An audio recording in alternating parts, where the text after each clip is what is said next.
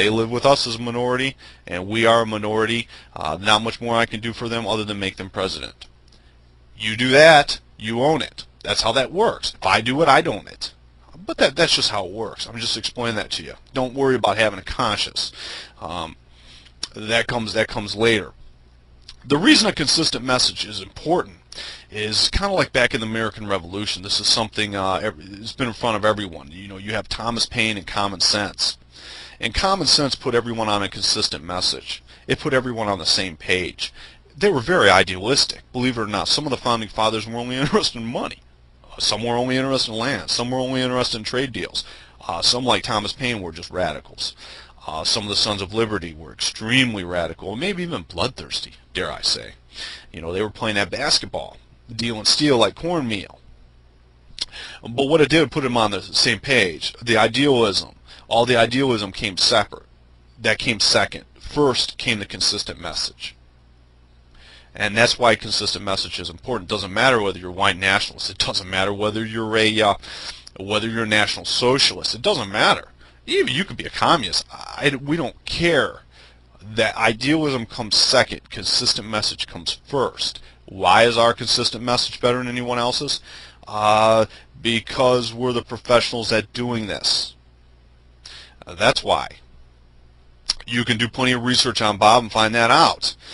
But everyone on there is very, very. There's no dead weight.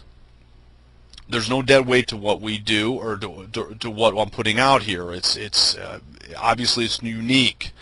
I'm not going to do something that's not unique, but it's just what we do. I guess you just have to take it on a white rabbit faith. It's kind of like going to an auto mechanic. You know, you find out the auto mechanic is halfway decent, so you let him fix your car. But with this type of stuff, you have to understand that we're just putting it out there, and we expect you to use it as if it's your own. It's difficult for most of you to do and not give credit, but that's okay. What I'm telling you is that's totally okay to not have a conscience when it comes to getting famous using someone else's using talking points that you never develop, because that's what Washington does, that's what Berlin does, everyone does that.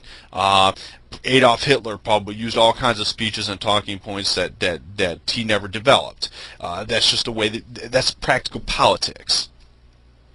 But I just wanted to make that point with you.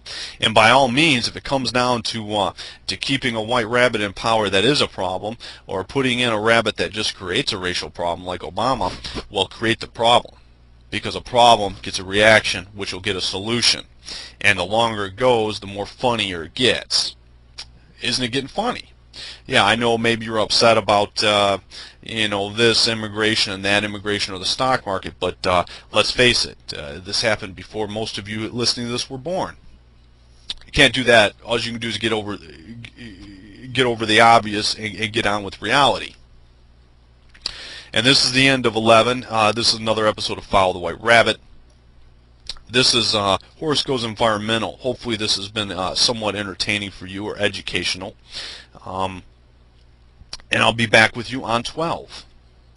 This is the end of another episode of Follow the White Rabbit. Follow the White Rabbit, again, is a game that will teach you practical politics. Practical politics is practical because it is non-voting, which makes it very, very practical. Conventional politics is voting politics or rule-based politics.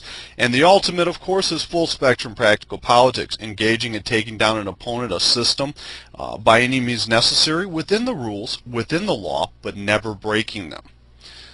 And this is the end of another episode of Follow the White Rabbit. Thank you for listening.